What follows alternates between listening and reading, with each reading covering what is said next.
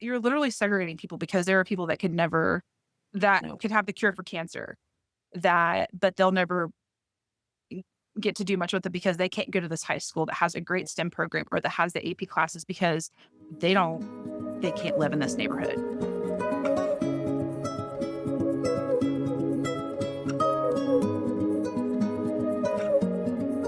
Folks, we're back. This is the Foolish Optimist Podcast. My name is Amy McDonald. You know who I am.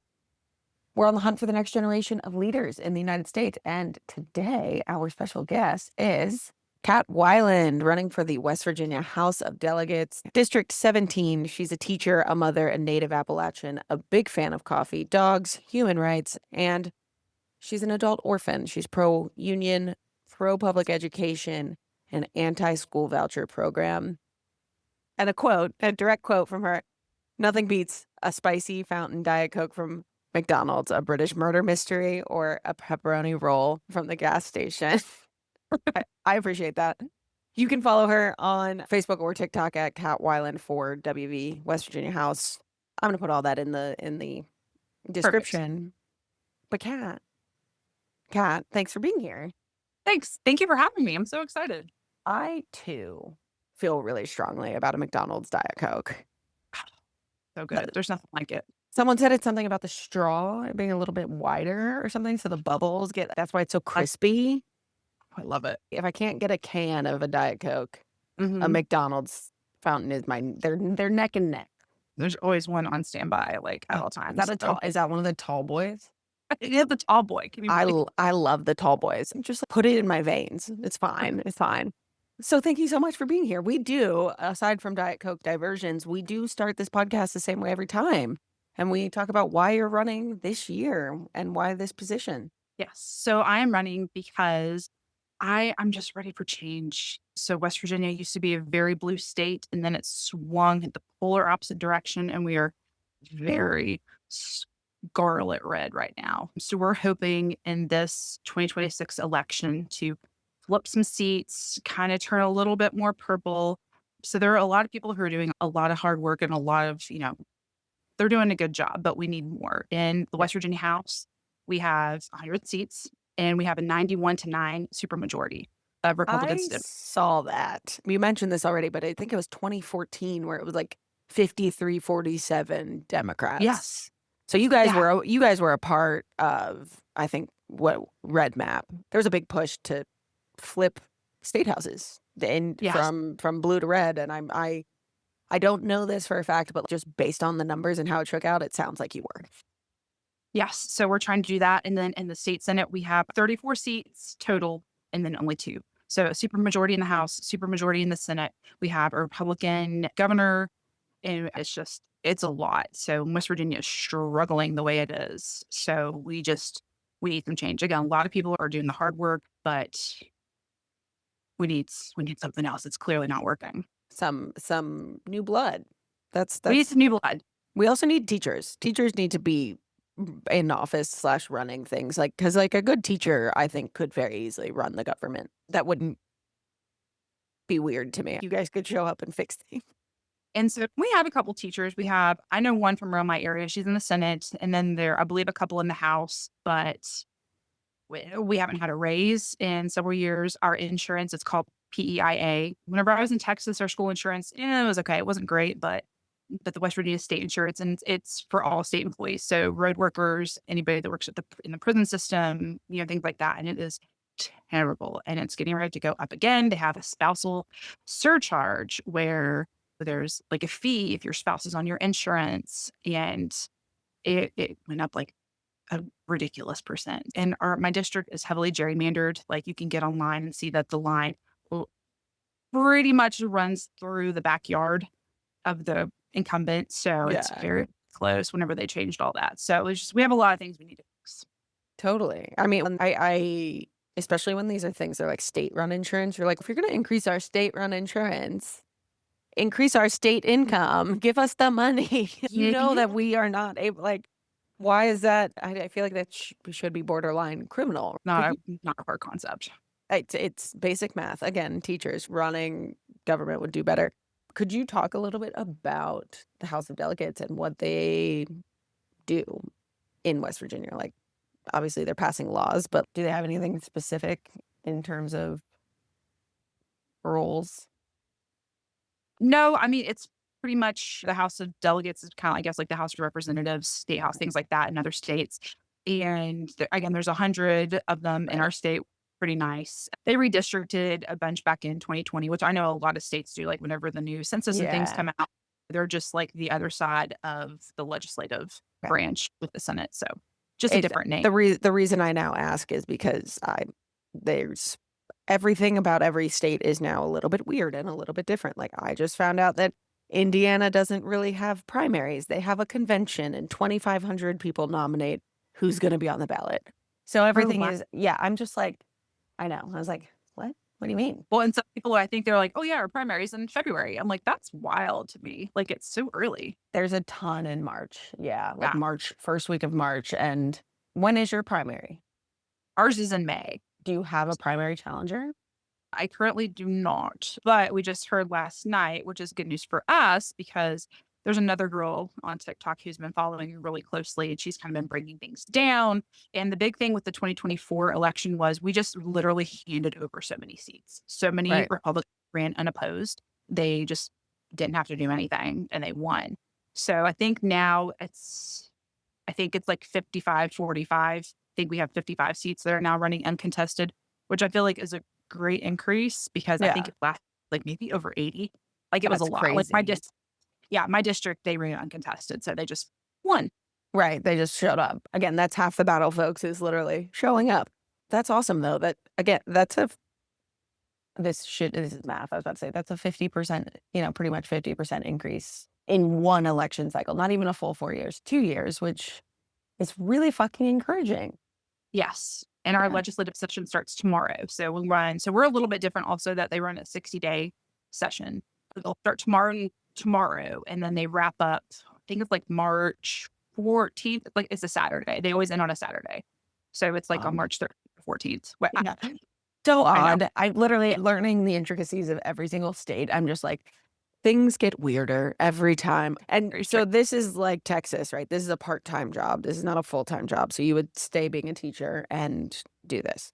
Yes. So it's written into our state code that teachers and things, you can still work obviously up until that. Now, there are some interim meetings and things that I know because I've been watching a lot more closely. That's one thing that this has made me realize is I need to watch a lot more closely what's going on in our state. So they have had some interim things in the fall and things like that. So that's something I'm going to have to work on and figure out the logistics. But to my knowledge, it seems like it's almost kind of like a maternity leave, like Okay. it's unpaid.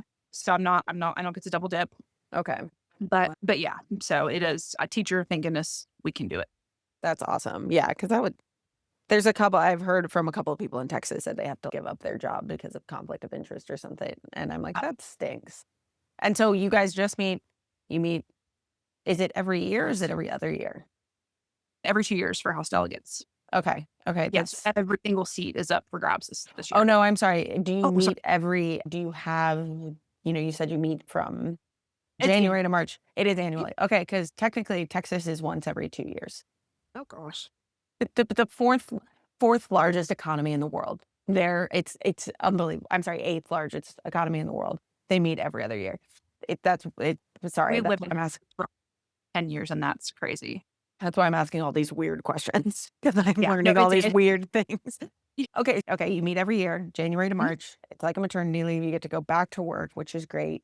So, what are some of the things you're talking about, or what are some of the things you're hearing about from people while you're doing the campaign, while you're working and meeting some of these constituents? Like So big one issue. big thing is our roads and infrastructure. So we live in rural West Virginia and our roads are absolute trash. We have coal trucks. We have all these, there's just so many heavy loads are going through every single day. And we have what are called state routes. So yes, the state is supposed to take care of them, but they don't get taken care of as well as like an interstate or a US route. So that's been a really big challenge around our area. And again, we are very rural. I live in town, but then we have a lot of people who live out in the country and those Yeah. roads like never get touched. There are some that have not been paved in decades. They'll get patched, but they Right. haven't have complete resurfacing. So that's been a huge point of contention in our area. So I've been like just kind of on my own volition. I was like, this sucks because I have to drive it every single day too. So Right, it's, right. like It's it's unsafe. It's ruining your car. It's unsafe. It's causing accidents. it's very unsafe. Yeah. And so one point that I always try to talk about is it's weird. It's like I call him my uncle, but he passed before I was born. So this is like back in the 60s. So he was in high school. He and 4 other boys, they went to a Boy Scout. It was almost like a jamboree. They went to a Mhm. little camp out for the weekend and they were coming home and there was a huge pothole in the road. And now this was the 60s. So things were different. The cars were differently designed. And the boy driving was just a senior. So these are all kids in the car, Yeah, So there's a huge pothole. Everybody knew about it. It's always there. And the thing was you that's basically horrible. swing wide to Yeah. go around it. So he swung wide. And then as he was coming back in, he had overcorrected, went into the other lane, and then they hit somebody head on. And then Mhm. all boys passed away in the car. Yeah. And again, they were only, I think, 14. I think Johnny was maybe one of the younger ones. He was 14. And I think the driver was probably 17 or 18 because he was a senior. So, yeah, Yeah. road. They're literally, killing people. When we declared a health crisis because people were dying from car accidents so much, one of the first things they did was fix the fucking roads. Because, like, you can't tell everybody to go out and buy a new car. That's not Right. possible. But guess what? We pay taxes. You can fix the fucking roads. And they Right. should be. That's heartbreaking. That's such a sad story. It's probably around that time when they started to, because that's when seatbelts were Yeah. added and like airbags and all these things. But the first Yes. thing they did was they fixed the roads. And So roads I are know. bipartisan. They're nonpartisan. Every And that's road. kind of my point. A lot of the things that I'm running on are bipartisan issues. Everybody drives Yeah. the road, literally everybody. And so there are things like that. Childcare. Everybody has kids that you don't go through like a stamp an R or a D on somebody. Like everybody has kids. Everybody needs childcare. Yeah. Public education. Most people's kids go to public schools. Yeah. It's just there are some things that are divisive, but I'm not trying to be like that person. I feel like a lot in West Virginia, the Democrats, like the 9 Democrats went and they did what they called a kitchen table tour. Yeah. And they sat down and they said, what are the issues? What do you talk about at night when you go home and eat dinner around the kitchen Right. table? Our utilities are too high. Mm-hmm. We don't feel like they're getting a good enough education because there's 45 of them shoved in one classroom. Oh my gosh. They're- Yeah. Now, where are we going to come up with another $400 for a new tire because we bent a rim? Whatever. Right. It's just the things that everybody is talking about. That's cool. I like that idea though, the kitchen table tour. I think that's really important. And look, there's only 9 of them, but there's going to be more next year because they're listening and they're actually talking about real conversations. Like, it's pretty cool. And that's one of the cooler things I've heard recently. We'll be right back after a word from our sponsors. If you care about politics enough to listen to this podcast, you've probably felt the frustration of trying to navigate government.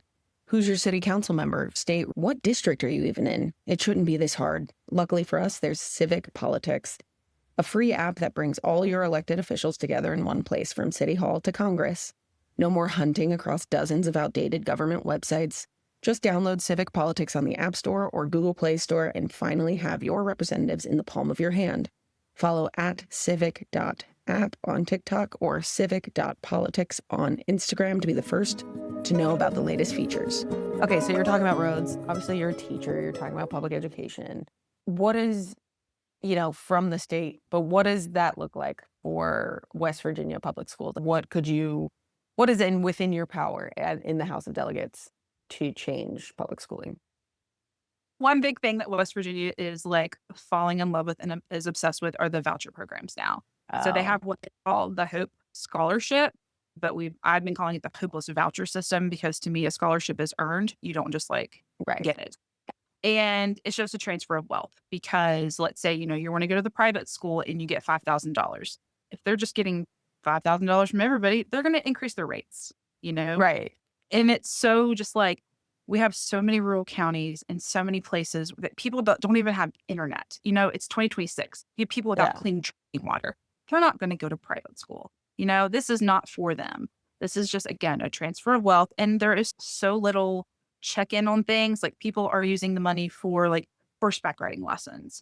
and dance lessons and things like that. And the money Yeah. doesn't even state. I might not have such a problem with it if the money actually stayed in West Virginia, but millions of it, it's going out of state. It's going to Ohio. Some of it even went to New Mexico, like literally the other side of the Oh, country. do you guys not have a lot of these schools that they could be using them at in West Virginia? Is that kind of the deal? Are they going, like, into Ohio to use them?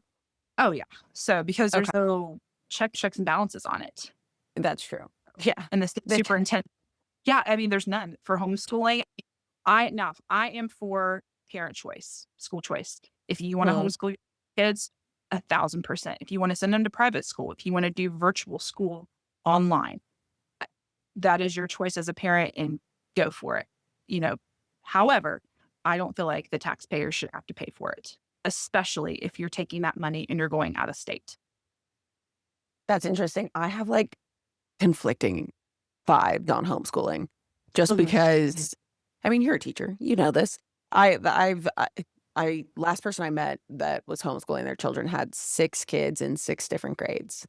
Mhm. And, my mom has her PhD in curriculum and instruction. She teaches teachers. She used to teach kids. And she looked me dead in the eyes and was like, "I'm the best teacher for my kids." And I was like, "But how could you possibly be? You have 6 kids in 6 grades. They Yeah. would never put a teacher in that position. That's horrible." There's n Yeah. I was like, "It's just not possible." So I, like, don't know how I feel about, homeschooling kids. It's, like, one of those things that I, like, think about randomly, and I'm just like, Do I think it I understand parents' choice, and I understand that, but I'm like, Yeah. "Hmm." And some I people would do a really great job with it, and a lot of places, I'm knock it not out really of the knock it out about. of the park. Yeah. Yeah, co-ops, and they actually they can go on field trips and things like that and satisfy their curriculum. But some people don't. Then we're left with, whenever they decide to come back to public school, these huge gaps that we're having to fill Yeah. because they've not done such a great job. I know some people that keep their kids home, and yeah, like you said, they totally knock it out of the park and they're doing a Right. great job. But I know I've had some kids who have re-entered public schooling. Oh, where'd you come from? And they're like, I'm homeschooled. And then, like I said, there's just a lot of gaps that we have Yeah. to fill because something happened, or the curriculum was different. Or there's lots Right, of right. there. Is there anything you want to specifically tell people of West Virginia or the people of your district? This is not a question I ever ask. I don't know why I thought about it, but maybe you'll have something.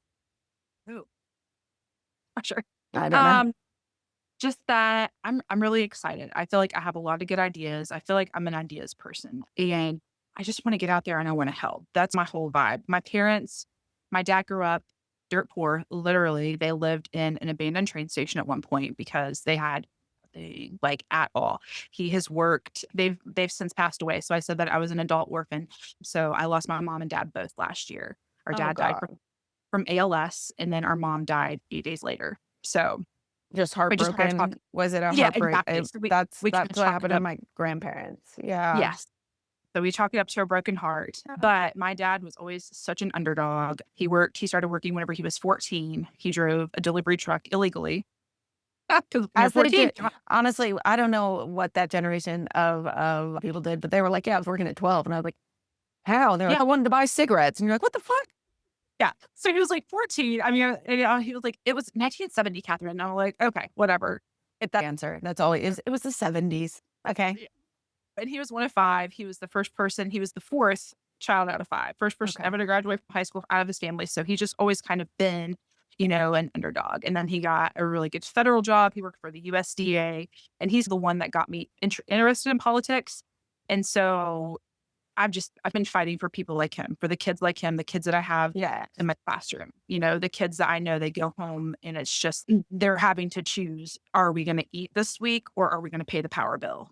You Right. know, It's just that's, chaos all the time. it's Yeah. just chaos, and there's a Yeah. lot of trauma, and we have, it's so hard that the people are put in the situation, and minimum wage is one thing that I really want to focus on because West Virginia is so low. I think it's like 7 or maybe 8.25. I think they are a Yeah. little bit high. But if you're working for tips, like I was a waitress for a while at Bob Evans, and it was like 213 or something Yeah. plus tips. It was garbage. And we have so many states around us that have such higher minimum wages, like Pennsylvania, Maryland, Virginia. Everybody's higher. And that's a thing in education, especially. over in the Eastern Panhandle near Washington, D.C., where the cost of living is a lot higher, but Mhm. they paid a pittance, just like the rest. They might get 60 grand, but why not drive 20 minutes over into Maryland and do like Chevy Chase and things like that and get paid 150? So we're Right. losing teachers, and When that's a you're big thing too. and you're So like, losing so much money that should be going into West Virginia, you know? Like, all of this is taxable income and all of these things that would be coming back in. I know they still have mhm. to pay some taxes, but it's not the same. But even Um, if you wanted to work at like Pizza Hut, like I remember seeing one girl on TikTok. She lives kind of like on the West Virginia, Kentucky border or Virginia border, and she works at Dollar Tree. She was like, "Why would I stay here and get $8.25 an hour whenever I could drive 10 minutes into Virginia and get paid like 13.50?" She's right. like, and it's just little things like that I don't think people think about. So I really feel like our minimum wage, again, especially with childcare. Oh my gosh, I just looked. And I wanna remind everyone, minimum wage is minimum wage before taxes. Mhm. Take home's probably $6 an hour if it's 8.25. And it's I just I it's I don't know maddening. how people are surviving with the price of, you said it, childcare, housing, even fucking gas. $6 Yeah, an hour. and then they wanna bitch that people don't wanna work. It's not that they don't wanna work, they can't work because they can't afford childcare. Yeah, So they have to stay home because you're losing money. If you're gonna go yeah, work for minimum wage, you're losing money. yeah, if you So think why about it would just as, like, literally a tank of gas. When Yeah, you, like, work for an entire day for 1 tank of gas. Like, that's yeah. And crazy. in rural areas where you have to literally drive to everything, Yeah, like, we're not in a metropolitan area, we're not to get to the biggest city. It's an hour north of Parkersburg, an hour to Heighton, an hour to Charleston, where we live. So if you wanna mhm. do anything, any kind of, like, decent shopping, any kind of It's a whatever, trip. it's a trip, and then so it's a big deal. Whenever I taught 8th grade West Virginia history, we went to the Capitol, and a lot of them had never been to Charleston before. They'd That's never so seen it cool. in there, and they were just like, "Wow." And West Virginia's Capitol is beautiful. It has this beautiful golden dome. Lovely. You go inside, and there's, like, this huge, like, 4,000-pound chandelier and stuff. It was definitely a trip for them, but we have so many kids that never get to leave the county, it's just Right. really sad. They say it's like, obviously, traveling does something for your brain, but, like, literally, like, something like a trip like this or a trip to a museum does the same thing that leaving, like, the country does, right, for your Yeah. brain. So, showing kids that there is, like, something out there, even if it is the capital of West Virginia rather than, the small county that they've grown up in, it changes brain chemistry. So exciting. Yeah. Yeah, Yeah. and I loved Robert's what he said this morning. Like I said, I was listening to Monday's episode about his scholarship fund, and I thought, "We could Yeah. do that." I kinda thought of the idea of where he was talking about application fees, and our big thing is we want people to stay in the state, but if we pass something where we pay up to 5 application fees for an in-state college or university or trade school or whatever, or if we Yeah. want to pay if there's a fee for the ASVAB, if you wanna Yeah. go to the military. Sure, like, maybe that's something we could put in writing for graduating seniors that if you stay in West Virginia, this is something that we'll do for you. Honestly, it's one of those things that just adds up so quickly and you don't even think about it because you're so focused on thinking about college or even paying for your trade school or wherever you're going next that you're not even obviously you're very conscious of it, right? Because when you're just Yeah, 17, $50 and $100 is like all the money in the world, but it's just so dumb, for me, frankly. I'm like, it should be free. Why can't people apply to things that are gonna make them better for free? You don't need my $50. I'm gonna give you if I get in, I'm gonna give you so much money. right. Maybe thousands and thousands more. Yeah. Just let me have this one. Just let me have this one application for free. Mhm. I love that. I think that's a really great idea, and I think it's encouraging to people who want to apply to state schools and to trade schools. You said you're a native Appalachian. Are you from West Virginia originally? I am. So I actually am back in the same town that I grew up in. So I moved away. I grew up in this really small town, New Haven, and then when I graduated, I went to Marshall. I've heard. Woo! And then I stayed in Heights, and again, one of the bigger cities in West Virginia, and I started teaching at Heights and High. And then in 2014, I moved to Texas. And my husband, I taught there for 9 years and that was a thing. So Heights was a kind of more inner city school. So that was a different demographic than I was used to being like the rural, towny, country girl.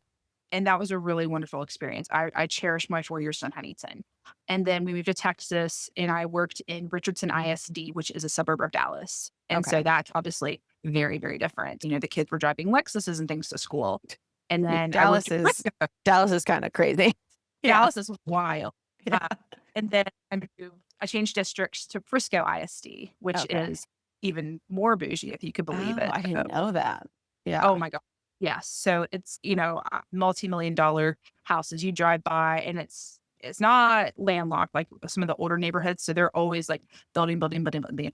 And it was segregated though, because Yeah. it would be like neighborhoods starting in the low 800s. And you're like, huh? And so there are You're these like, on like, my teacher's salary? Thank you. I was like, $800. I've got that. Yeah. Yeah. But I'm like, you're literally segregating people because there are people that could never that, No. could have the cure for cancer but they'll never get to do much with it because they can't go to this high school that has a great STEM program or that has the AP classes because they don't they can't live in this neighborhood, So it's very ugh. But then we came back to West Virginia in 2023. I actually live about 2 blocks away from the house that I grew up in. Yeah, So so it's cute. actually really cool. So it's been good. It's been really good for our kids. So I work at the same school that my kids go to, so it's Oh, been good. that's nice. I know we were talking about being a native Appalachian, but I was going to talk about, the opportunity for kids who go into the trades, like in Appalachia. Like I'm chronically East Coast. I did grow up in North Carolina, but Charlotte. So not Appalachia or even the mountains. What are the most like popular trades these days that you see kids going into? So around here, HVAC has become really big, Oh, which I that's love because and I told even like whenever I was in Texas, I was like, it is hot as balls out here. I said, if yeah. my AC goes out, I'm gonna give you I'll my give you entire so much money. I'll give you so much. Just fix it. Fix it for the right. love Just of like, God. right. But here now it's the same thing. Now it's so cold. I will pay you to come fix my heat, like whatever Yeah. you want. Here, I'm not giving you my firstborn child. Just come fix it. So HVAC is huge, which I love. But we're lucky enough in my county that we have a vocational school. Oh, okay. So there's like cosmetology classes and there's nursing classes. There are, welding, drafting, auto mechanics, gosh, there's a lot, but we're very blue Right. collar around here. Obviously, we used to have 2 American Electric power plants. So Right. I opened up this window, you could see like smokestacks and stuff coming out because we live very close to Appalachian or American Electric Power or AEP is what we call it. It's a coal fire power plant, and then like 15 minutes down the road, we have 2 more coal-fired power plants. So that's a big trade around here. Mhm. And so some boys will go and get some additional schooling. They might go to get like an associate's degree or things like that. But welding is really big. Metal fabrication is very big around here. We have, I want vocational schools in every fucking state. I want them everywhere in every location. Like we had one in my school district that had an auto mechanics option. Mhm. And it was the wealthiest fucking school in Charlotte. And we're like, look, no judgment, but those kids are all going to college. We're like, Right. can you bring that over to any other school? Maybe like Yeah. where, but we just, yeah, that was like the one place that they had it. And I think it's changed since then. Like even High school university JROTC. is coming out. Yeah. And we have like carpentry, but like whenever I was Yeah, in Cabell County, they had a wonderful JROTC program at Huntington High. And I said that program literally saved kids' lives because 100%.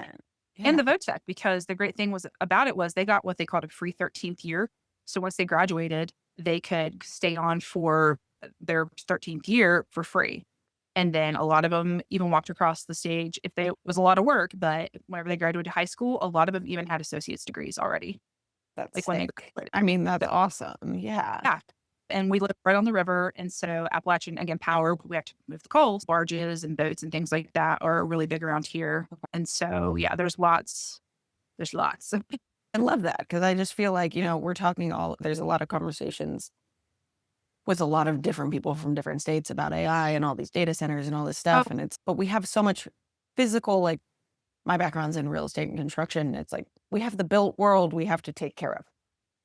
Like they're one of it too in West Virginia, and I think they're like 10,000 acres, and they're wanting the to put it data like center. right Yeah. in the middle of like gorgeous in the Alleghenies, and Oh, that's one shit. thing. Yes, we're in the Appalachians, but we are in the Allegheny Mountains, Okay. and they're wanting to strip it down and just put in these data centers, and it just makes me sick. I mean, I use ChatGPT, but then sometimes I want to throw up because I'm like, I'm killing animals whenever I use this. But it's also like they're building data centers they don't even need yet.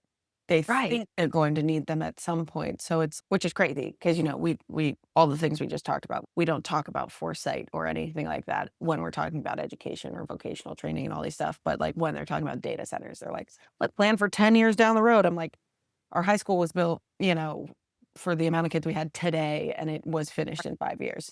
Like, Mhm. why are we planning these data centers for things that we have no idea if we'll actually Yeah. need them? I'm sorry to hear that. That's you guys.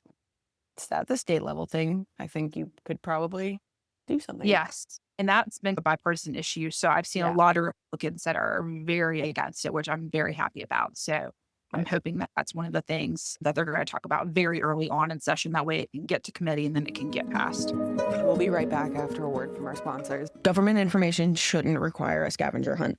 Luckily for us, Civic Politics is a free app that shows you all of your elected officials, city, state, federal, all in one place.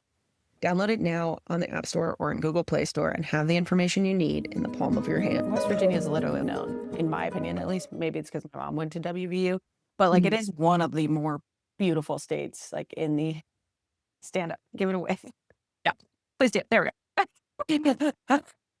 I think West Virginia is like one of the more scenic states that exists. Like it There's is. there's so much tourism. There's so much to Yeah. do here. Just like it's such a hidden gem. I love it. I still would like to go see some of those like big, are they fjords? Like like it's just a big valley for a river, but it's so pretty. I don't think I've Mhm. seen enough of West Virginia's Yes. beauty. New River. Yeah, we have one national park, and it's the New River Gorge National Park. Gorge. Yes. I was saying fjord. I don't know why. Yeah. My brain is Because you're in Europe now. That's like fjord. Yeah, Finland and all that. maybe Norwegian fjords or something. I don't know. Can you tell everyone one more time where they can find you? Yes. So I'm on Facebook, Kat Weiland for West Virginia House of Delegates. And then you might want to double check me there. TikTok, I am at Kat.Wieland.For.WV.House, but there's like dots in between. So Kat.Weiland. Or that. I'm gonna put all that in the description.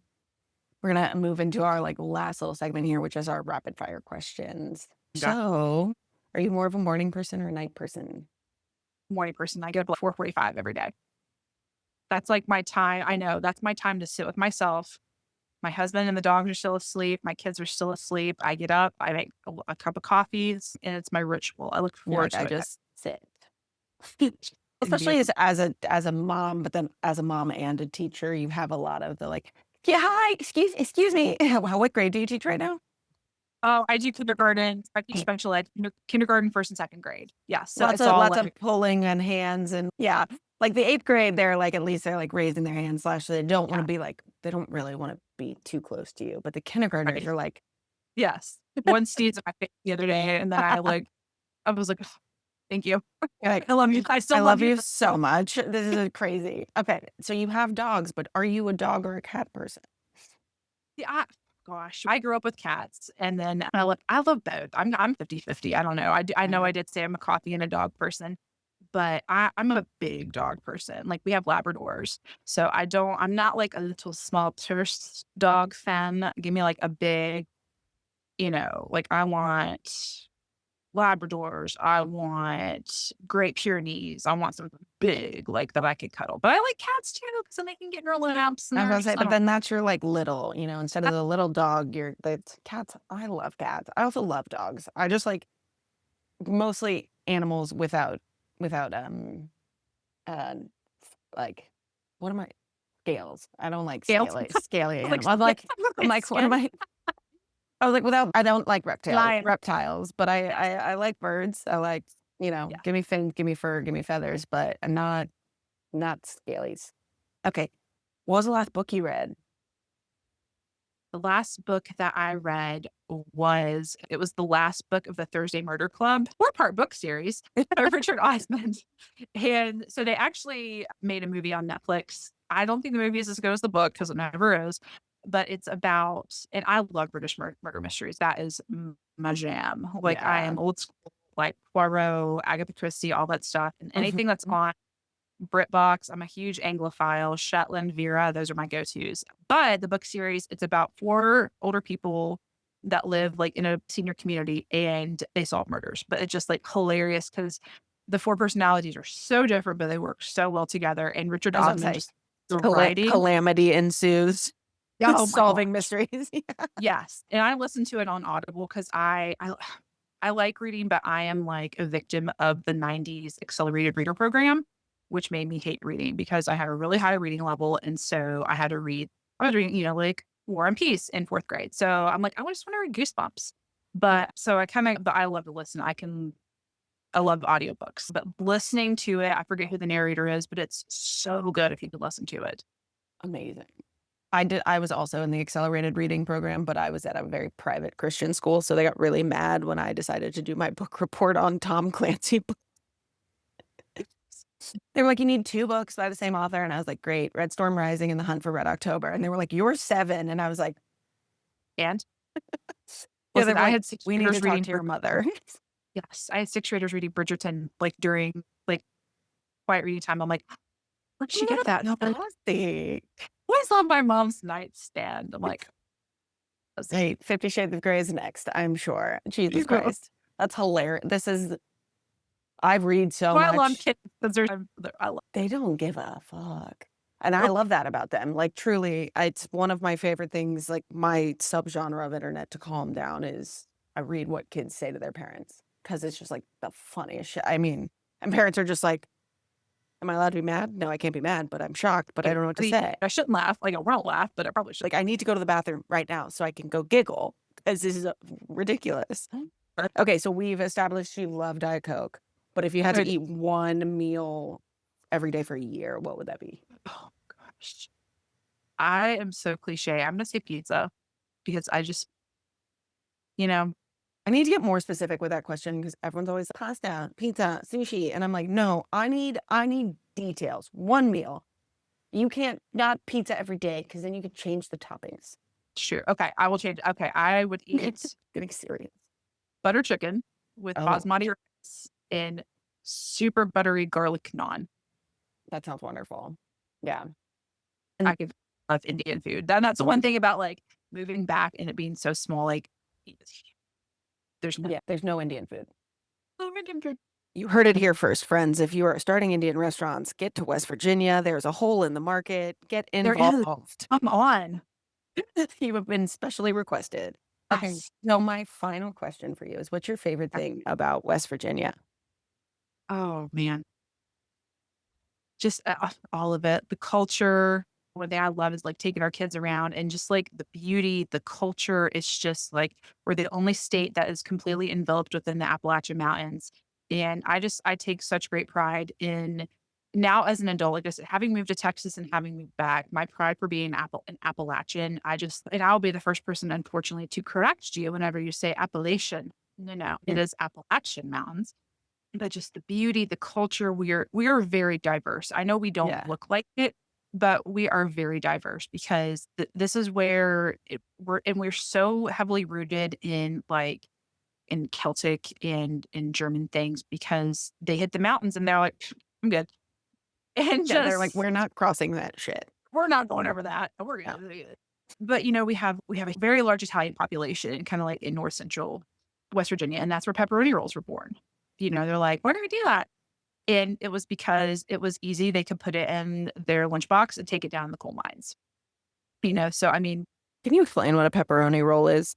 yes, I will explain because when you're in Texas, pepper, they're like, "What's I was like, is that?" that a hot pocket? Kind of? You could liken it to a hot pocket. So my best thing is take any kind of like a roll, right? Kind of like a dinner roll. Yeah. And then people make them different ways. Some people use like the stick pepperoni, so kind of like a Slim Jim, but like Okay. pepperoni. And that's like a very niche in one area of the state. And you just kind of put it in and roll it. Some people put cheese in it. Some people leave it just raw with pepperoni. Whenever I make them though, I make them with like sliced pepperoni. So it's like Okay. some smell. But yeah, but like every gas station has the different ones. And that's the great way. Everybody has their own little variation. And it's like such a weird thing to have as a state food, it's like that. Like Mothman, or we seceded from Virginia. It was like June 20th, 1863. So, leave out the Mountain Dew and hot. pepperoni rolls for Mothman to come get. But that's another thing. We have so much, we have all these like legends and myths and Mothman and like again the pepperoni rolls. And we have such like proud people, like very proud back in the hollers. And gosh, I don't know. I could go on and on. Literally, As I'd say, the Appalachian Mountains are a beast of their own. They've got they're so pretty much. sick. They've got so much going on constantly, and then of course the West Virginian people you mentioned seceding from Virginia, but isn't the Battle of Blair Mountain in West Virginia, or is that in? Yes. Yeah. West Virginia. So that was like Okay. down even Mingo County. Yeah. That's like But what yeah, some of our historians call the Second Civil War. So right. We have, and then and that's part of my thing too. Like I'm very pro union, and I know we're wrapping up, but like I'm a proud member of AFT of the American Federation of Teachers. But that was kind of the birth of things, yeah, and those rights and the 5-day work week and things like that. AFL, CIO, American Steelworkers, all of that stuff happened because of the people who were brave enough to be at Blair Mountain. the Coal Wars, COAL Wars. Everyone's always like Cold War, and I'm like, no, Ah, oh well, bigger a than black. that. Bigger than that. No, I mean, but yeah, I will. What I'm so. Thank you so much. Thank you for being here. If you've made it this far, thank you so much. Thank you for following The Foolish Optimist. You can follow us on Spotify, Apple, YouTube, wherever you get your podcasts, pretty much. We're going to be dropping new episodes every Wednesday, and you can watch the video episodes on YouTube. If you would like to, please give us a review, leave comments. You can also email us at thefoolishoptimistpodcast@gmail.com. If you see any really great candidates that I should be talking to, send them my way. Thank you.